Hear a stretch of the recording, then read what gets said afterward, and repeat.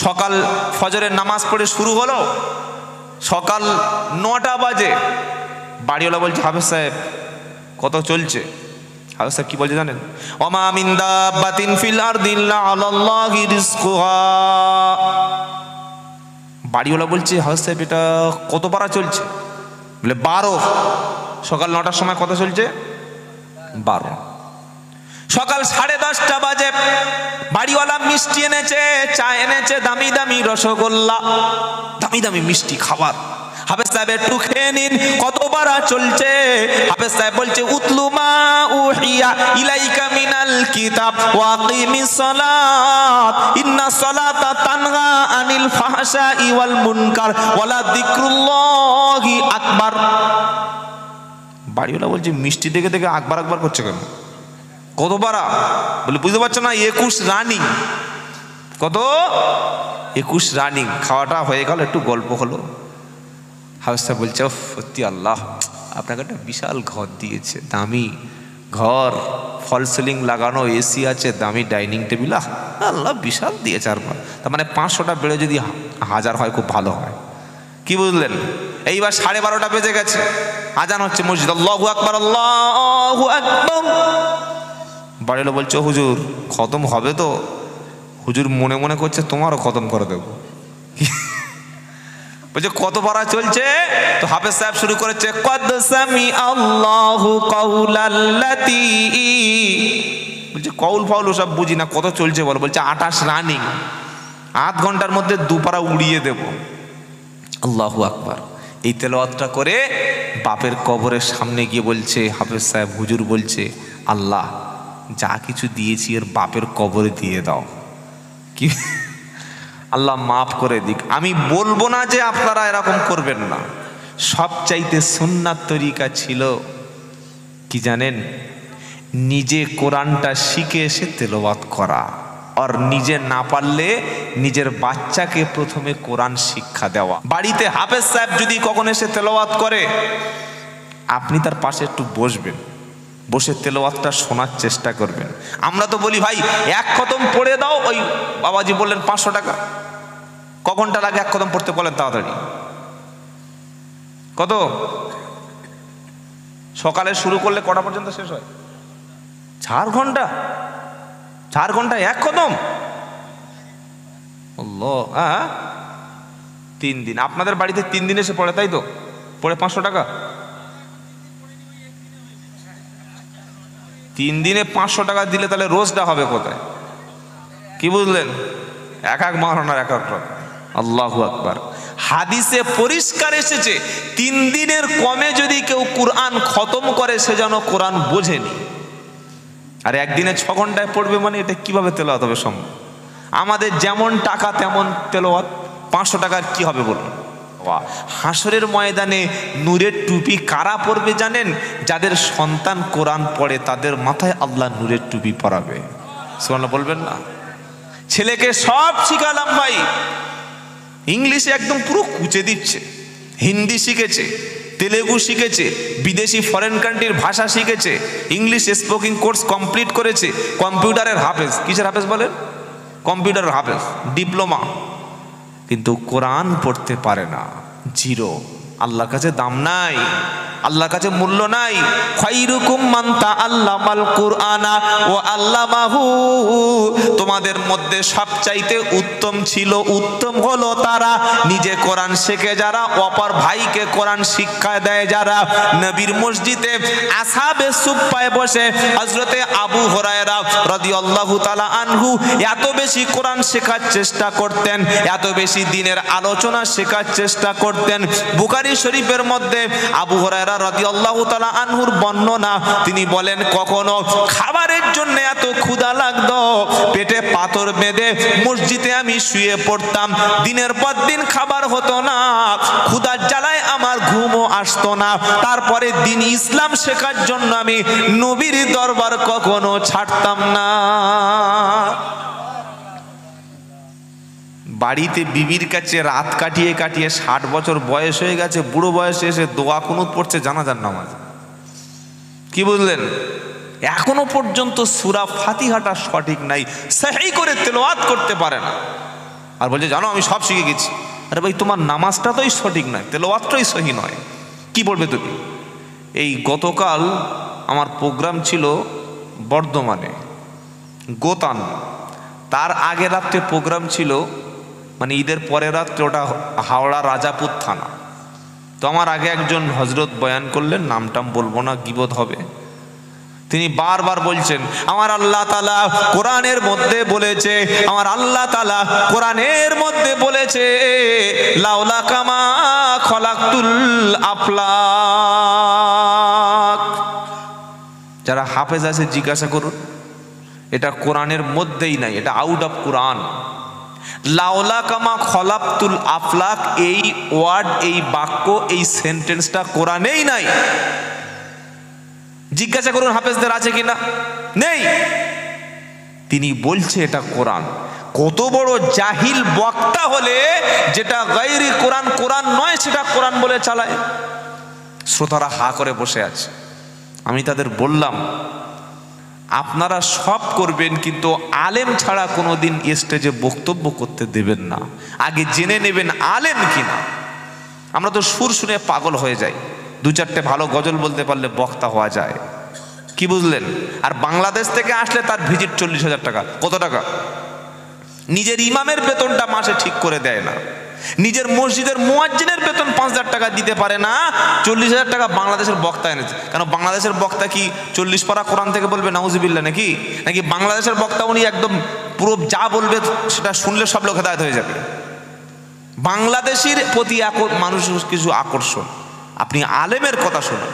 তো যেটা শোনাচ্ছিলাম, আল্লাহ তাআলা তার প্রিয় হাবিব সাল্লাল্লাহু আলাইহি সাল্লামকে কোরআন সামনে তুলে দিয়েছে, দিয়ে বলে দিয়ে গেছে কোরআনটা তুমি শিখিয়ে দাও। আর আবু হুরায়রা রাদিয়াল্লাহু তাআলা আনহু শেখার জন্য মসজিদে বসে আছে। এই এত পেটে ক্ষুধার যন্ত্রণা, 3 দিন 4 দিন খাবার নাই, হঠাৎ আল্লাহর নবী সাল্লাল্লাহু আলাইহি সাল্লামের কাছে ডাইরেক্ট গিয়ে বলতে পারছে না যে কিছু খাবার দে।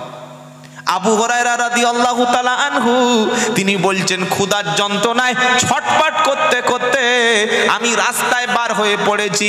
সামনে দেখতে পেলাম আবু বকর সিদ্দিক আসছে। আমি বললাম আসসালামু আলাইকুম।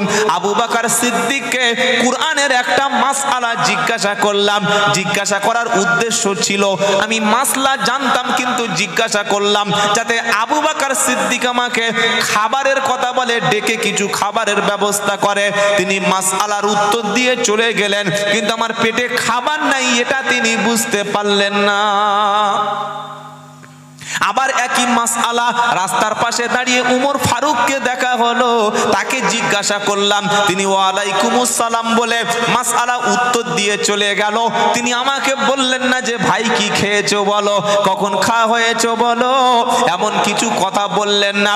তৃতীয় নম্বরে দেখতে পেলাম বিশ্ব নবী মুহাম্মদ মুস্তাফা সাল্লাল্লাহু আলাইহি সাল্লাম রাস্তা থেকে হেঁটে আসছে। তাকে যখন সালাম দিলাম কথাবার্তা হয়ে গেল। নবীজি বললেন আবু হুরায়রা, দেখে মনে হচ্ছে তোমার মুখটা একটু শুকনা শুকনা, তোমার মনে হয় খাবার খেয়েছো কি বলো? আবু হুরায়রা হেসে ফেললেন। আল্লাহর নবী বললেন চলো আমার সাথে আমার গৃহে চলো। নবীজি গিয়ে তাকে আল্লাহর নবীর বাসায় নিয়ে নয় মসজিদে নিয়ে গিয়ে বসালেন। আত্মীয় স্বজন আসলে নিয়ে কোথায় যেতে হয়? বেডরুমে। কোথায় নিতে বলে? বেডরুমে, যেখানে বিবি থাকে, জোয়ান জোয়ান মেয়ে থাকে, তাদের সামনে বন্ধুকে বসিয়ে দিয়েছে। দিয়ে বউকে বল যায় এ আমার বেস্ট ফ্রেন্ড, দুধ চা দাও, দামি বিস্কিট দাও, চানাচুর দাও, বাদাম দাও, একটু হাতে হালকা কফি দাও। কাকে অর্ডার করছে? বিবিকে। পাশে বসে আছে কে? বন্ধু। এটা শরিয়াতের দৃষ্টিতে কিন্তু ঠিক না। অপরিচিত কোনো ব্যক্তি, গায়র মুহাররম কোনো ব্যক্তি যদি আপনার বাসায় আসে, তাকে ডেকে বিবির সামনে সোফায় বসিয়ে দিলেন। একই বেডরুমে আপনার মেয়েরা আছে, একই রুমের মধ্যে আপনার যুবতী কন্যা আছে, আপনার বোন আছে, আপনার মা আছে, আপনার স্ত্রী আছে, তাদের সামনে বন্ধু বান্ধবকে বসিয়ে দিলেন। ইসলাম এটাকে অ্যালাউ করে। আবু হুরায়রাকে নবী কোথায় বসালেন? মসজিদে। আমাদের মেহমান এসে কোথায় ঢুকে পড়লো? ডাইরেক্ট বেডরুমে। যারা ফ্লিপকার্টে অনলাইনে বিভিন্ন মাল অর্ডার করে, আমাদের মেয়েরা অর্ডার করে, নাম ঠিকানা অ্যাড্রেস ঘরের নাম্বার সব দিয়ে দেয়, উমাল এসে ফোন করছে, হ্যালো কাকলি ভাবি বাড়ি কোথায়? বললো এই একটু সামনে, এই চলে এসেছি। বললো তোমার এই একটা পার্সেল ছিল, কি দেখি, তো কোনো একটা সিক্রেট মাল ছিল। তখন আপনার স্ত্রী আমার স্ত্রী ওই যারা অনলাইনে ডেলিভারি বয় তাদের কাছ থেকে মালটা নিল, ভালো করে পেমেন্ট করে একটু গল্প টল্প করে বললে হ্যাঁ এরপরে আরও অনেক মাল আছে, নাম্বারটা সেভ রাখুন। ডেলিভারি বয় বলছে মাঝে মাঝে আমাকে ফোন করবেন, অসুবিধা নেই, আমি ফ্রি থাকি। হয়ে গেল, কথা বলছে। আস্তে আস্তে সম্পর্কটা জিনার দিকে চলে গেল। কোথায়? জিনার দিকে চলে গেল। নিজের ড্রাইভারকে একা, নিজের স্ত্রীকে লম্বা সফরে নিজের ড্রাইভারকে পাঠাবেন না, ফিতনায় পড়তে পারেন, মনে থাকবে ইনশাআল্লাহ। নিজের ছোট ভাইকে বিশ্বাস করে তার কাছে নিজের বিবিটাকে দিয়ে পাঠাবেন না দূরে কোথাও সফরে, এটা আল্লাহর নবী ফিতনা বলেছেন। নিজের ভাই মানে আপনার স্ত্রীর কে হয়? দেওর। আপনার মেয়েটাকে বিয়ে দিয়েছেন আপনার জামাইয়ের কাছে, আর যে মেয়েটা এখনো বিয়ে হয়নি মানে ওই মেয়েটা হচ্ছে আপনার জামাইয়ের কাছে হারাম। শালি কি হালাল না হারাম? কথা বলেন, হারাম। তাকে কিভাবে আপনি ঘুরতে পাঠালেন বাইরে, এটা করে দিলাম। এলআইসির অফিসার আসলো, বন্ধন অফিসার আসলো। এই বন্ধন অফিসার, সুদের অফিসাররা অত্যন্ত চালাক। এটা আমাদের মতো ছেলেরা গেলে মালখড়ি দেবে, ইনি গেলে টাকা দেবে, উনি গেলে দেবে। কাকে যেতে হবে? দিদিমণিকে যেতে হবে। কাকে বলো? ম্যাডাম। ম্যাডাম যাবে, ঠোঁটে লিপস্টিক, একটা পাতলা শাড়ি পরে, স্যার ভালো আছেন তো?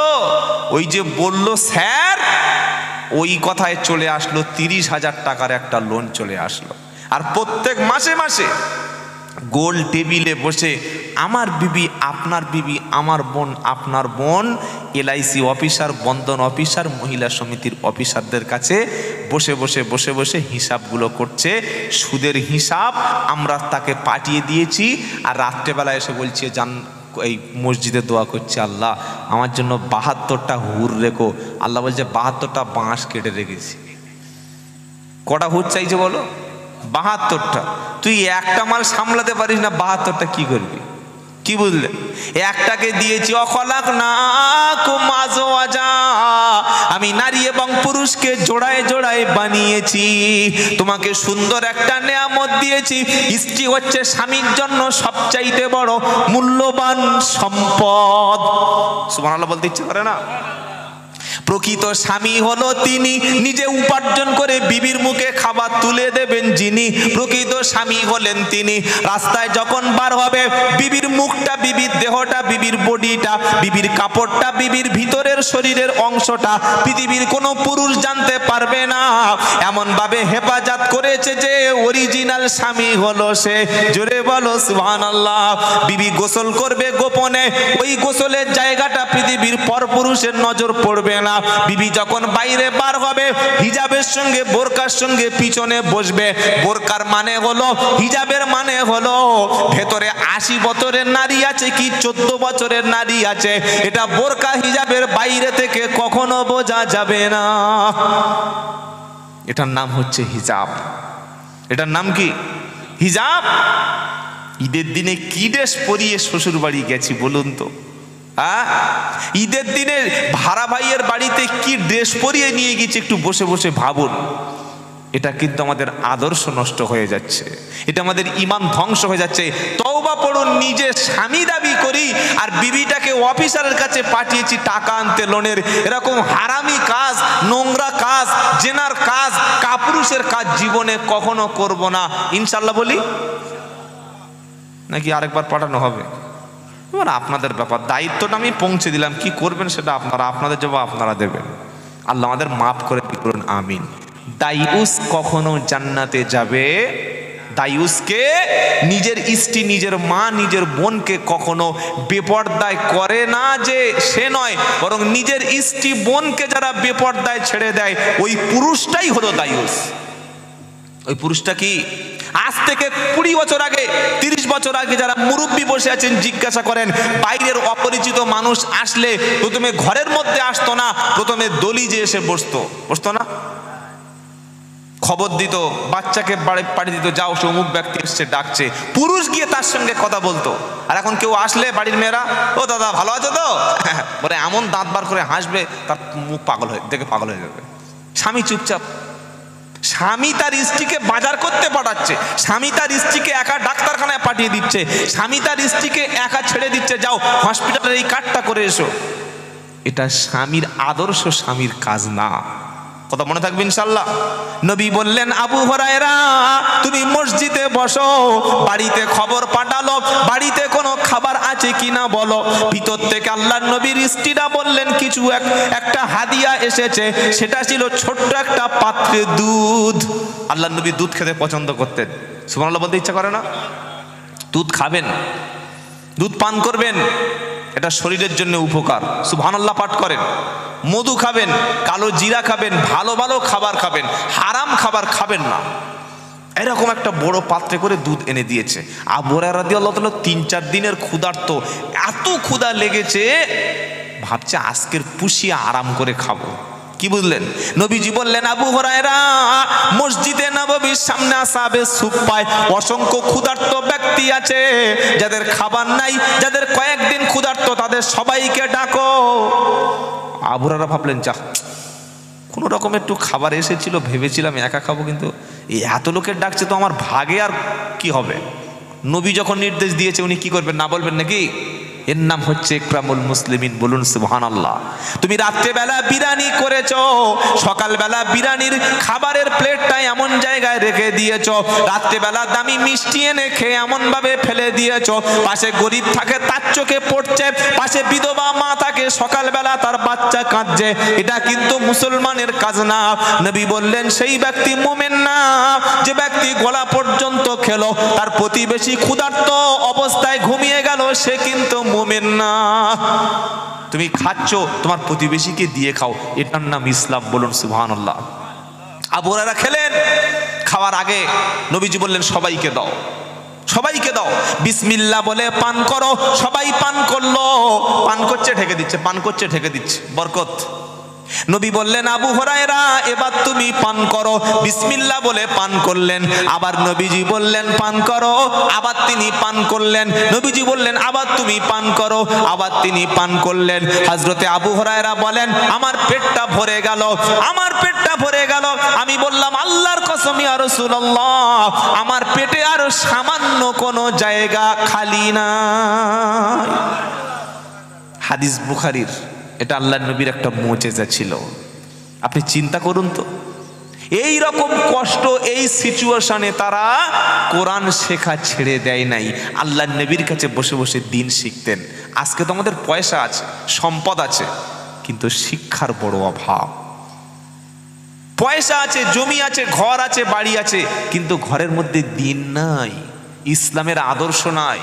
আল্লাহ এই মুসলমানকে কেন বাঁচিয়ে রাখবে যে মুসলমানের বাড়িতে গান বাজনা হয়? আল্লাহ এই মুসলমানকে দিয়ে কি করবে যে মুসলমানের ঘরে পর্দা নাই? আল্লাহ এই মুসলমানকে কি করবে যে মুসলমান জিহাদের কথা শুনলে পিছিয়ে আসে? ও আল্লাহ, জিহাদ, জান মাল আল্লাহ রাস্তায় দেওয়া, ওসব দরকার নাই ভাই। অন্য কোনো শর্টকাটের রাস্তা বলো, যে রাস্তায় জান্নাত পাবো। ফিলিস্তিনের দিকে তাকিয়ে দেখো, আমরা আমাদের ঈদের দিনে বাচ্চাদেরকে সাজিয়ে দিচ্ছি, তারা তাদের বাচ্চাকে সাদা কাপড়ের পোশাক পরে আল্লাহর কাছে সঁপে দিচ্ছে, আল্লাহ আমার বাচ্চা শহীদ হয়ে গেছে, আলহামদুলিল্লাহ।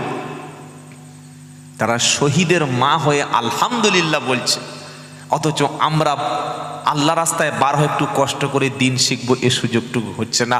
আল্লাহ আমার জন্য গোটা পৃথিবীটাকে নিয়ামত হিসেবে সাজিয়ে দিয়েছেন। বলুন সুবহানাল্লাহ। ওয়া ইন তাউদ্দু নি'মাতাল্লাহি লা তুহসুহা। আল্লাহ বলছে বান্দা আমার নিয়ামতটা তুমি গণনা করো, আমি আল্লাহ তোমাকে যে নিয়ামত দিয়েছি এটা তুমি গুনতে শুরু করো। গণনা করতে করতে গণনা শেষ হয়ে যাবে, আমার নিয়ামত তুমি গুনে শেষ করতে পারবে না। লা ইন শাকারতুম লা আযীদান্নাকুম ওয়া লা ইন কাফারতুম ইন্না আযাবি লাশাদীদ। 13 পারা সূরা ইব্রাহিমের 7 নম্বর আয়াত 4 নম্বর লাইনেতে আর আল্লাহ পাক শুনিয়ে দিচ্ছে বান্দা তোমার যে নিয়ামত দিয়েছি তুমি যদি শুকরিয়া আদায় করো, আল্লাহর কৃতজ্ঞতা প্রকাশ করো, আমি আল্লাহ তোমার বাড়িয়ে দেব। আর যদি নাফরমানি করো আমি আল্লাহ তোমাকে ছিনিয়ে নেব সাথে সাথে। কিয়ামতের দিন তোমার জন্য শাস্তি মজুদ রয়েছে। সুস্থতা হলো আল্লাহর পক্ষ থেকে নিয়ামত। আপনি যে সুস্থ আছেন না, হসপিটালে না গেলে আপনি বুঝতে পারবেন না। একটা মাস যারা হসপিটালে বেডে সিটে ছটপট করছে আর বলছে আল্লাহ মা সুস্থ করে দাও, ওই সিচুয়েশন না আসলে আপনি বুঝতে পারবেন না যে কত বড় ভালো আপনি আছেন। আপনি ফ্রিতে ঘুরতে পাচ্ছেন, আল্লাহর নিয়ামত। যারা জেলখানায় বন্দি আছে বছরের পর বছর, ওই জেলখানার জিন্দেগি যখন আপনার না আসবে আপনি বুঝতে পারবেন না যে স্বাধীন কত বড় নিয়ামত। আপনি দাঁড়িয়ে নামাজ পড়তে পারছেন, আল্লাহর নিয়ামত। অনেক মানুষ তো আছে দাঁড়াতেই পারে না, বসে বসে বসে বসে নামাজ পড়ে সেজদাও দিতে পারছে না, আছে না নেই? সুস্থ আছেন নিয়ামত, সুন্দর স্ত্রী পেয়েছেন নিয়ামত। আর গোটা বিশ্বটা আল্লাহ মোমেনদের জন্য নিয়ামত করে সাজিয়ে দিয়েছে। বলুন সুবহানাল্লাহ। তুমি খাও, তুমি ভোগ করো, তুমি ঘুমাও, আমার অক্সিজেন নাও, আমার গাছের ফল খাও, আমার মাটিতে হাঁটো, আমার সূর্যের আলো গ্রহণ করো, আমার চাঁদের স্নিগ্ধতা তুমি গ্রহণ করো, আমার আকাশের বৃষ্টির জল তুমি গ্রহণ করো, আমার দেওয়া সুন্দর নিয়ামত তুমি গ্রহণ করো। তোমার কাছে কিচ্ছু চাই না, তুমি শুধু আমার গোলামি করো। গোলামি কার? আল্লাহর। আমার গোলাম হও, জান্নাতে প্রবেশ করো। সুবহানাল্লাহ বলবেন না? ফাদখুলি ফি ইবাদি ওয়াদখুলি কি কোথায়? জান্নাতি। বান্দা এসো আমার গোলামির মধ্যে প্রবেশ করো, আমার দাসত্ব স্বীকার করো আর জান্নাতে চলে যাও। সুবহানাল্লাহ বলবেন না? আপনি বলবেন হুজুর আল্লাহ আমার কি দিয়েছে, আল্লাহ আমার জন্য কি করেছে? আল্লাহ বলছে বান্দা শোনো, তুমি নিজেই আল্লাহর নিয়ামত নিয়ে বেঁচে আছো। আফারাআইতুম মা তুমনুন আআনতুম তাখলুকুনাহু আম নাহানুল খালিকুন। সূরা ওয়াকিয়া। যাদের বাড়িতে রিস্কের সমস্যা, রুজি মানে কি বলুন তো ভাই? খাবার, তাই তো নাকি? নো, খাবারটাও রুজি। সুস্থতা হচ্ছে রিজিকের একটা অংশ। আল্লাহর পক্ষ থেকে সুন্দর বিবি, এটাও একটা রিজিক। সুন্দর একটা ব্যবসা, এটাও রিজিক। সুন্দরভাবে ঘুমানো, এটাও রিজিক। রিজিক মানে শুধু খাবার না, একটা ভালো ব্যবসা, ওটাও রিজিক। আল্লাহর পক্ষ থেকে সুস্থ আছেন, এটাও রিজিক। দামি একটা গাড়ি পেয়েছেন, এটাও আল্লাহর পক্ষ থেকে রিস্ক। সুন্দর একটা পোশাক পরছেন, এটাও আল্লাহর পক্ষ থেকে রিস্ক। সুবহানাল্লাহ বলবেন না? আল্লাহ বলছে ভাবো, কি বলছেন? আফারাআইতুম মা তুমনুন। সূরা ওয়াকিয়া। যাদের বাড়িতে খাদ্যের অভাব, ঠিকমতো রুজিদের অভাব হয়, কষ্ট হয়, প্রত্যেক দিন ঈশার নামাজের পরে সূরা ওয়াকিয়া তেলাওয়াত করবেন, আল্লাহ তাআলা রিস্কের ব্যবস্থা করে দেবে। সুবহানাল্লাহ। এখন বলার দরকার নাই, ওই সকাল 10টার দিকে একবার বলবেন। কি করলে রুজিতে বরকত হয়? সূরা ওয়াকিয়া তেলাওয়াত করলে। কখন তেলাওয়াত? ঈশার নামাজের পরে ঘুমাতে যাওয়ার আগে। অনেক চালাক ছেলে বলবে হুজুর রাতে সূরা ওয়াকিয়া তেলাওয়াত করবো আর দিনের বেলা ঘুমাবো, দেখি কি করে রুজি দেয়। আল্লাহ দেবে তো নাকি? এই যে আল্লাহর উপরে তাওয়াক্কুল মানে এই নয় যে তুমি ওই ওয়াকিয়া পড়ে ঘুমাবে, 12টার সময় ঘুম থেকে উঠবে আর উঠে দেখবে হাজি বিরিয়ানি পার্সেল করে সামনে চলে এসেছে। কি বিরিয়ানি বলুন? হাজি বিরিয়ানি। অনেক লোক বলছে তো আল্লাহ বলেছে রুজির মালিক, তো আমি পরিশ্রম করবো কেন? মসজিদে বসে নামাজ পড়বো, দুপুরবেলা পার্সেল করে বিরিয়ানি আকাশ থেকে পড়বে ছাদ ভেঙে। কি বুঝলেন? সন্ধ্যাবেলা বড় বড় চিকেন লেগ পিস আর দামি বাসমতি চালের ভাত চলে আসবে, আল্লাহ এরকম বলেছে নাকি? না। কি বলেছে? ফাইদা কুদিয়াতিস সালাত ফান্তাশিরু ফিল আরদ ওয়াবতাগু মিন ফাদলিল্লাহ ওয়াযকুরুল্লাহা কাসীরান লাআল্লাকুম তুফলিহুন। 28 পারা সূরা জুমা 10 নম্বর আয়াতে ফাইদা কুদিয়াতিস সালাতু ফান্তাশিরু ফিল আরদ ওয়াবতাগু মিন ফাদলিল্লাহ। নামাজ যখন হয়ে গেল, আমার জমিনে তোমরা এবার ছড়িয়ে পড়ো, ব্যবসা করো, চাকরি করো, দোকান করো, মাকান করো। আমি আল্লাহ তোমাদের জন্য হালাল রুজির ব্যবস্থা করেছি, রুজি সন্ধান করো। ওয়াবতাগু মিন ফাদলিল্লাহ, এখানে ফাজল শব্দের অর্থ মুফাসসিরিনরা বলেছে আল্লাহর দেওয়া রুজি তোমরা তালাশ করো, জমিনে চাষ করো, মাঠে চাষ করো, ব্যবসা করো, বাণিজ্য করো। আমি আল্লাহ গোটা পৃথিবী তোমার জন্য খাবার দিয়ে রেখেছি, খুঁজে খাও, তুমি কাজ করো। আর আল্লাহর জিকির যেন ছেড়ে দিও না, বেশি বেশি জিকির করো। একটা নবীর নাম বলুন যে নবী উম্মতদের হাদিয়া নিয়ে বসে বসে খেতেন। এখন বিনা পুঁজির দুটো কারবার আছে, এক রাজনীতির ব্যবসা, আর একটা হচ্ছে ভণ্ডামি করে পীর মুরিদের ব্যবসা। হাক্কানি পীর নয়, ভণ্ডদের কথা বলছি ভাই। হাইকোর্টের বিচারপতি পদ ছেড়ে দিয়ে রাজনীতিতে ঢুকছে। কি বলছেন আপনারা? দেখেছেন না দেখেন নাই? পীর সাহেব পীরের দরবার ছেড়ে রাজনীতিতে ঢুকছে। অফিসার আইপিএস থানার অফিসার তার পদত্যাগ করে রাজনীতিতে ঢুকছে। সিনেমার ফিল্ম স্টাররা সিনেমার মতো কাজ ত্যাগ করে রাজনীতিতে ঢুকছে। কেন? বললে আমরা একটু মানব সেবা করব। ঢুকছে না? এই হানানা বলেন না, কার সেবা করবে? মানব সেবা। তো কেন রাজনীতি না করে অন্যভাবে মানব সেবা করা যায় না? তার মানে উদ্দেশ্য হচ্ছে মাল কামাবো, বিনা পুঁজির কারবার। একবার যদি জিতে যায় এখনো 14 গোষ্ঠী বসে বসে খাবে। আল্লাহু আকবার। অনেকে বলবেন ইসলামে কি রাজনীতি নাই? হ্যাঁ আছে, তবে এই রকম রাজনীতি ইসলামে নাই যে বিরোধী পার্টিকে শেষ করে দাও। 80 বছর বয়স এই রকম বড় 3 ফুট ঝান্ডা নিয়ে কাঁধে করে ইনকিলাব বলতে গিয়ে গলার নলি এরকম রড হয়ে যাচ্ছে, মুখটা পাখির মতো, ঠোঁটটা লম্বা হয়ে যাচ্ছে। আর এই মুসলমানকে মসজিদে যদি বলি চাচা আজান দাও, হ্যাঁ আজান জানি না, ওই বাঁশ ফেরেশতারা কবরে পাছায় ধুনে দেবে। বুঝলেন? 70 বছর রাজনীতি করতে করতে চুল দাড়ি পাকিয়ে দিল, এখনো পর্যন্ত মসজিদে গিয়ে 2 রাকাত নামাজটাই শেখেনি। এরা কারা ভাই? আল্লাহ তোমাকে এই হই হই করতে পাঠিয়েছে। তো তুমি এই যে রাজনীতি করলে কি পেলে? চাকরি বাকরি কোনো কিছু পেয়েছো? না, আমার মুসলমানরা তেমন কিছু পাইনি। তোমরা খালি লাশ হতে শিখেছো। আপনি রাজনীতি করুন, সক্রিয়ভাবে রাজনীতি করুন, কিন্তু এটা যেন একটা মানুষের ইনসাফ প্রতিষ্ঠার জন্য হয়।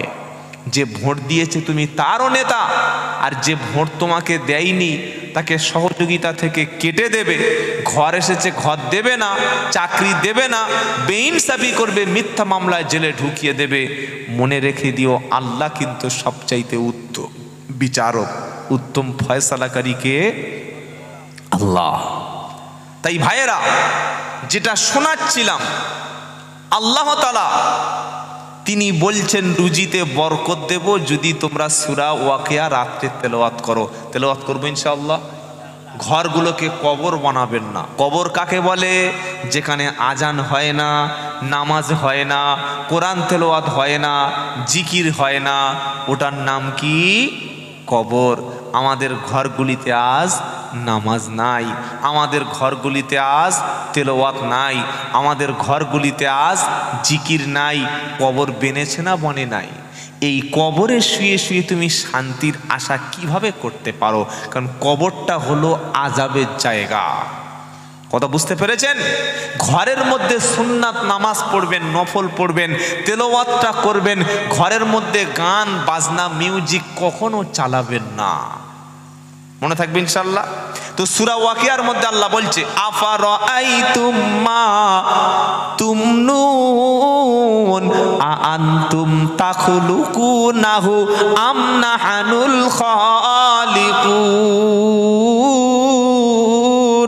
বান্দা, যে বীর্যপাত তোমরা করো ওই বীর্যপাত সম্পর্কে তোমরা কি ভেবে দেখেছো?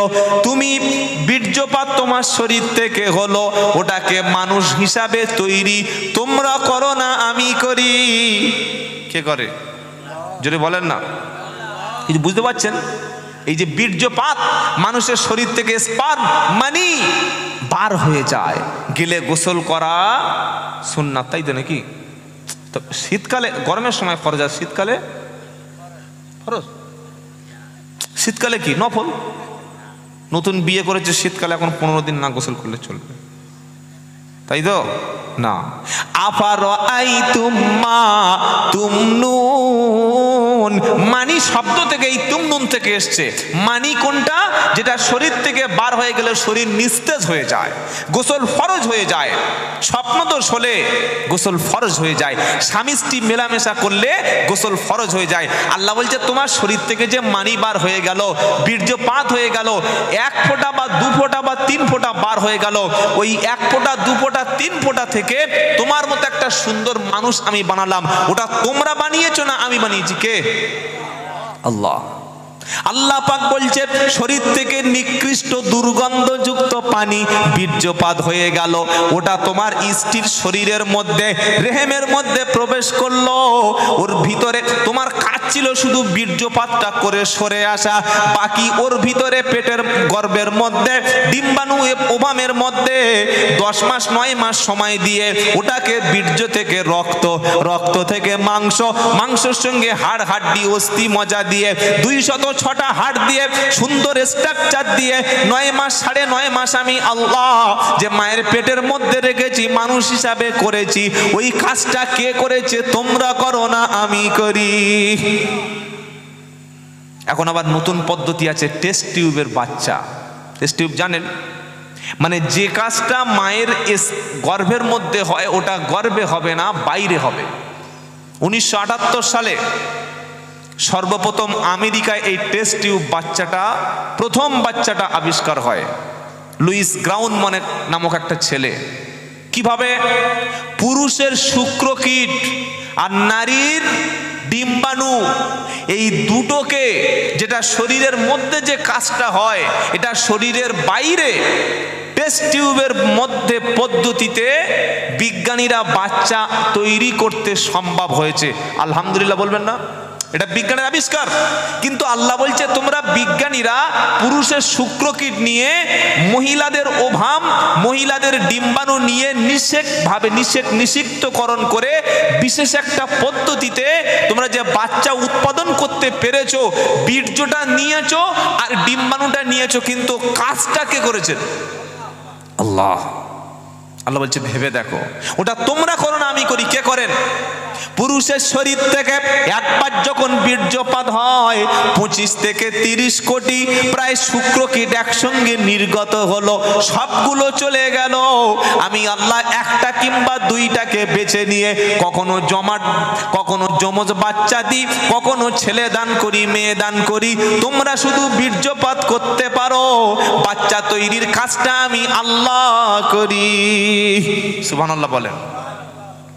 কখনো ছেলে দিয়ে, আবার কখনো ইয়াহাবু লিমান ইয়াশাউ ইনাসা ওয়া ইয়াহাবু লিমান ইয়াশাউ যুকুর আও ইউযাউবিযুহুম যুকুরান ওয়া ইনাসা ওয়া ইয়াজআলু মান ইয়াশাউ আকিমা। 25 পারা 7 পৃষ্ঠা 13 নম্বর লাইনে 50-49 নম্বর আয়াত সূরা শুরা। আল্লাহ পাক বলছে ইয়াহাবু লিমান ইয়াশাউ ইনাসা ওয়া ইয়াহাবু লিমান ইয়াশাউ যুকুর আও ইউযাউবিযুহুম যুকুরান ওয়া ইনাসা ওয়া ইয়াজআলু মান ইয়াশাউ আকিমা। মা, আমি আল্লাহ কখনো তোমাদেরকে যাকে ইচ্ছা করি কন্যা সন্তান দান করি, যাকে ইচ্ছা পুত্র সন্তান দান করি, আবার যাকে ইচ্ছা বেটা ছেলে এবং মেয়ে ছেলে দুটোই আমি দান করি। আবার আমি আল্লাহ যাকে ইচ্ছা পুত্র দিই না, কন্যা দিই না। এটা শুধু আমার ইশারা, তোমাদের কিছু করার কিছু আছে? খুব আশা করেছে আল্লাহ বেটা ছেলে হয়। 2 বছর পরে আল্লাহ তার স্ত্রীর গর্ভে কন্যা সন্তান দিল। যখন কন্যা সন্তান এসছে, মুখটা তখন একদম কি হলো আল্লাহ, ভাগ্যটাই খারাপ। কন্যা সন্তান হলে ভাগ্য খারাপ, এরকম কোন মুসলমান আছে না এলাকায়? মেয়ে ছেলে বারবার হচ্ছে বলে মন খারাপ করছে, স্ত্রীর সঙ্গে ঝগড়া করছে, কথা বলে না। তুমি কত বড় কপাল পড়া, মেয়ে ছেলে প্রথমে এসছে, এটা আল্লাহর নেয়ামত তোমার বাড়িতে এসছে, বলুন সুবহানাল্লাহ। কেন? তোমার মা একটা মেয়ে, মা না থাকলে সন্তান তুমি হতে পারতে না।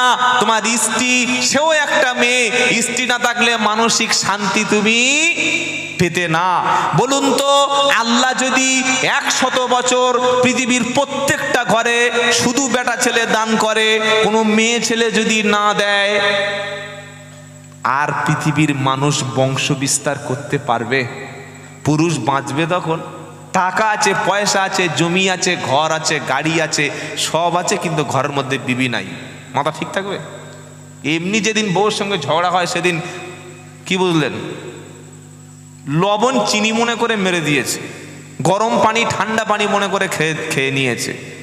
মসজিদে গিয়ে দেখি পূর্ব দিকে ফিরে নামাজ পড়ছে, উল্টো দিকে। কি হলো? বুঝতে পারেন মাথা ঠিক নাই। বিবির সঙ্গে ঝগড়া করে মাথা খারাপ হয়ে যায়। আর যাদের বিবি ঝগড়া করে বাপের বাড়ি চলে যায়, তার হুঁশ থাকে না। আপনারা কি বলছেন বলেন? বাড়িতে যদি অশান্তি হয় সেদিন মেজাজ ঠিক থাকে? কথা বলে না? যারা প্লেনে, শুনে রাখুন, যারা প্লেনের পাইলট হয়, প্লেনটাকে ওড়ায়, ল্যান্ডিং করে, টেক অফ করে, প্লেন টেক অফ করার সময়, প্লেন আকাশে ফ্লাইং করার সময় পাইলটকে একটা টেস্ট করা হয়, ফিজিক্যালভাবে সে ঠিক আছে কিনা, সে নেশা করেছে কিনা, অর্থাৎ সে ড্রিঙ্ক করেছে কিনা। সেই সাথে সাথে তাকে ডাক্তার দিয়ে একটা ফিজিক্যাল টেস্ট করানো হয়, সে মানসিকভাবে সুস্থ আছে কিনা। যদি বাড়িতে খুব দুমদাম করে ঝগড়া করে আসে, সেদিন তার অবস্থা খারাপ। ছোটবেলায় জানতাম না, ওস্তাদ দেখতাম মাদ্রাসায় মাঝে মাঝে বাড়ি থেকে এসে প্রচুর পেটা পিটছে। কি হলো হুজুর? তার 3-4 দিন পরে বলল, কিছু মনে করিস না রে, ওদিন তো চাচির সঙ্গে একটু ঝামেলা পাকিয়েছিলাম, তো চাচির সঙ্গে ঝামেলা পাকিয়ে এসে আমাদের উপরে রাগ ঝাড়ছ, এটা কিন্তু বেইনসাফ। কি বলছেন? যেদিন মাস্টার মশাই বাড়ি থেকে ঝামেলা করবে, ওই দিন যদি অঙ্কের পরীক্ষা থাকে, ছাত্রদের হালত খারাপ হয়ে যাবে। কথা বুঝতে পেরেছেন না? পারেন নাই? তো বাড়িতে শান্তি থাকলে সব জায়গায় শান্তি পাওয়া যায়। আর ইমাম সাহেব যদি বাড়িতে কোনোদিন ঝগড়া করে আসে, ও মাগরিবের নামাজ 2 রাকাত পড়ে সালাম ফিরিয়ে বসে থাকবে। আর এই ঝগড়ার কারণ হচ্ছে মসজিদের পয়সা কম দেওয়া, বেতন কম দেওয়া। 4000 টাকা 5000 টাকা দিলে ঝগড়া তো এমনি হবে। ঈদের দিনে একটা শাড়ির দাম 2000 টাকা, একটা কাপড়ের দাম 3000 টাকা। আল্লাহু আকবার। তো সারা মাস সারা বছর নামাজ পড়িয়ে যদি মাসের শেষে 10,000 টাকা ইমাম সাহেবের হাতে না দিই, বাড়িতে ঝগড়া হবে না? হবে না? যেই বাড়ি থেকে ফিরে এসছি, ইমাম সাহেব নামাজে খালি ভুল করছে। কি হলো বন্ধু হুজুরের? আসল কেসটা হচ্ছে বেতন কম, আপনি ধরতে পারেন নাই। তো যাই হোক, আল্লাহ তাআলা বলছেন, আমি যাকে খুশি তাকে কন্যা দিই, যাকে খুশি তাকে পুত্র দিই, যাকে খুশি তাকে দিই না। পানি একটু দিন না, খাইছে, চাওয়ালাতে চলে গেছে। কি বুঝলেন? উনি এখন গভীর ঘুমে চলে গেছে হয়তো। বাবাজিরা, সোনালালেরা, তাহলে মানুষ, আমরা বীর্যপাত করলাম, বীর্য শরীর থেকে বার হলো, এটাকে মানুষ বানালো কে? আল্লাহ। নেয়ামতকার আল্লাহর। এবার আল্লাহ বলছেন, আফারাআইতুম মা তাহরুসুন আআনতুম তাজরাউনাহু আম নাহনুজ জারিউন।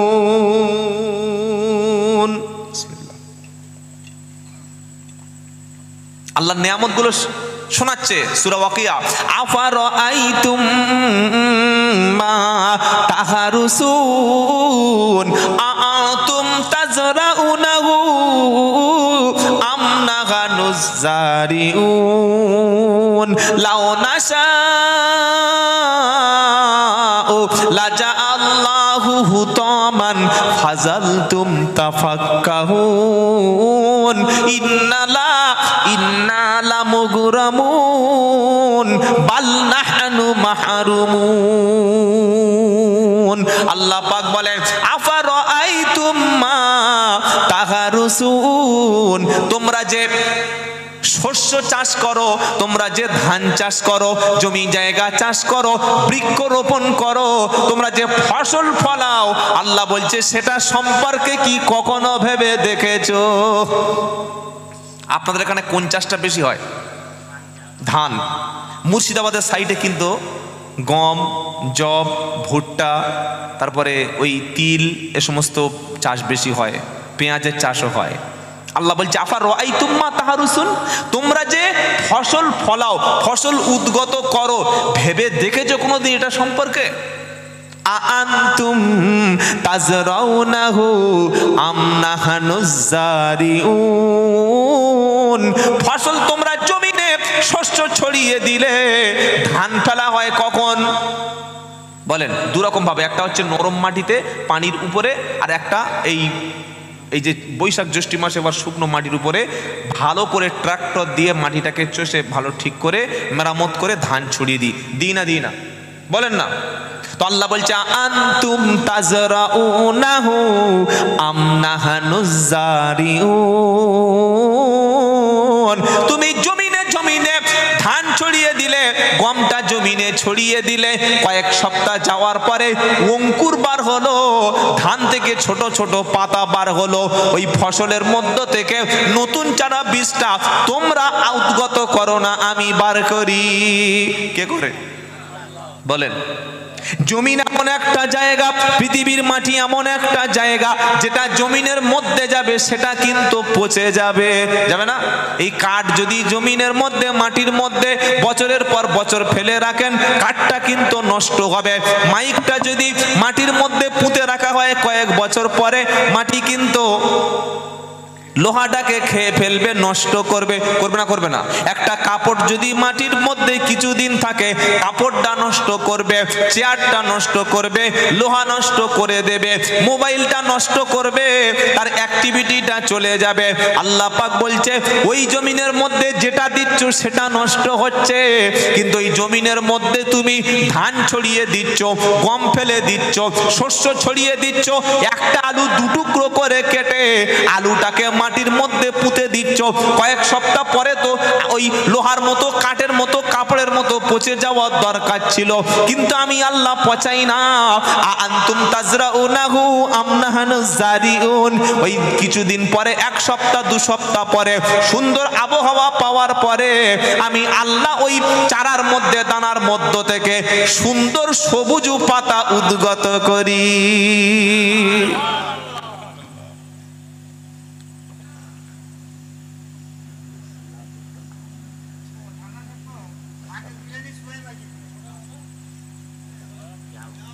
কি হলো? আল্লাহু আকবার। কারা শুয়ে পড়েছে মসজিদে? আচ্ছা, সব রকম রুগী থাকবে, কোনো পেশেন্ট থাকবে একদম খাড়া হয়ে দাঁড়িয়ে, আবার কিছু লোক থাকবে শুয়ে পড়বে। যার যেমন ঈমান তার তেমন দশা। কি বুঝলেন? হসপিটালে সবাই শোয়ে, সবাই বসে, কিছু লোক হসপিটালে গিয়ে দেখবেন চুপচাপ চেয়ারে বসে স্যালাইন নিচ্ছে। কি বুঝলেন?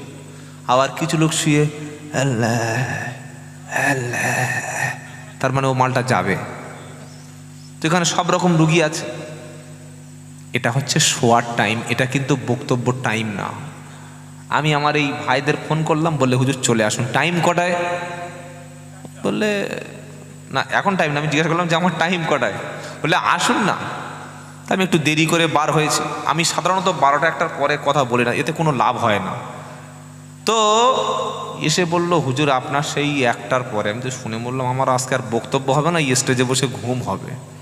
তো আপনাদের এই যে সুন্দর উপস্থিতি দেখে আল্লাহ কিছু কথা বলিয়ে নিচ্ছেন, আলহামদুলিল্লাহ।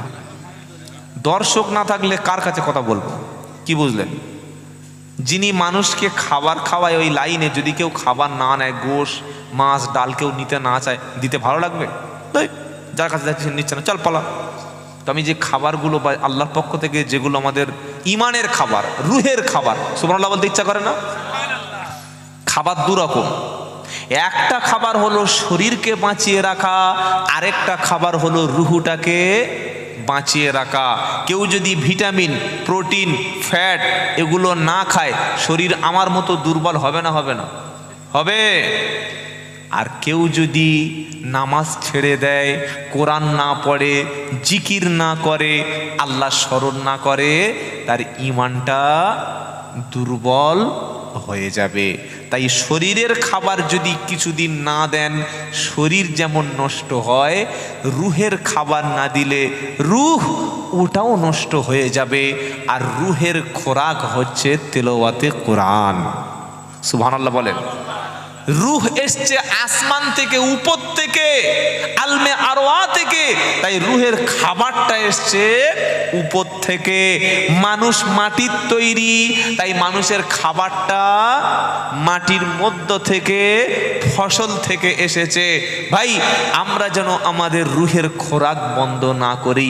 সন্ধ্যা একটু আগে আপনারা খেয়েছেন না? এই ঘন্টা দিয়ে আগে খেয়েছেন না? খান নাই? এখানে খাওয়া হয় নাই? হ্যাঁ, মেহমানরা খেয়েছে। তো যাই হোক, আমি এসে তো ভালোই খাবার খেয়েছি। এরকম বড় বড় মিষ্টি আর দামি দামি আপেল আর লেবু কি খাবে? খালি বলছে হুজুর চালিয়ে দাও। কি বুঝলেন? খেয়ে নিয়েছি, আলহামদুলিল্লাহ। তো ভাইরা, আমরা রুহুটাকে যেন বাঁচিয়ে রাখি।